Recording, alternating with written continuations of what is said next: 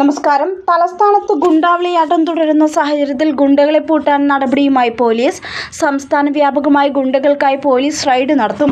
ഗുണ്ടകളെയും പിടികിട്ടാപ്പുള്ളികളെയും പിടികൂടാനാണ് പരിശോധന നടത്തുന്നത്. കാപ്പ ചുമത്തിയ പ്രതിയെ പിടികൂടുമെന്ന് പോലീസ് അറിയിച്ചു. അഗ്നി ഹണ്ട് പദ്ധതികളുടെ ഭാഗമായാണ് പരിശോധന നടത്തുക.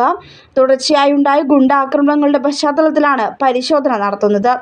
ഇന്നലെ രാത്രി 8:30 മുതൽ ഏതാണ്ട് 12 മണിവരെ മദ്യപിച്ച് ലക്കുകെട്ട അക്രമി സംഘം നടുറോഡിൽ അഴിഞ്ഞാടുകയായിരുന്നു. വെള്ളറട അമ്പൂരിക്ക് സമീപം കണ്ണനൂരിലായിരുന്നു സംഭവം. റോഡിലൂടെ കടന്നുപോകുന്നവരെ തടഞ്ഞു നിർത്തുകയും പണം ചോദിക്കുകയും അസഭ്യം പറയുകയും ചെയ്തു. ഇതിനിടെ സ്ത്രീകൾ ഉൾപ്പെടെയുള്ളവർക്കെതിരെ കയ്യേറ്റവും നടത്തി. തടയാൻ ശ്രമിച്ച സമീപത്തെ പാസ്റ്റർ അരുളിനെ വീട്ടിൽ കയറി സംഘം വെട്ടുകയും ചെയ്തു. വീടും പാർക്ക് ചെയ്തിരുന്ന വാഹനങ്ങളും തല്ലി തകർത്തു. സംഭവത്തിൽ ഒരാളെ കസ്റ്റഡിയിലെടുത്തിട്ടുണ്ട്. 17-കാരനാണ് കസ്റ്റഡിയിലുള്ളത്. സംഘത്തിലെ മറ്റു 2 പ്രതികൾക്കായി പോലീസ് തെരച്ചിൽ തുടരുകയാണ്.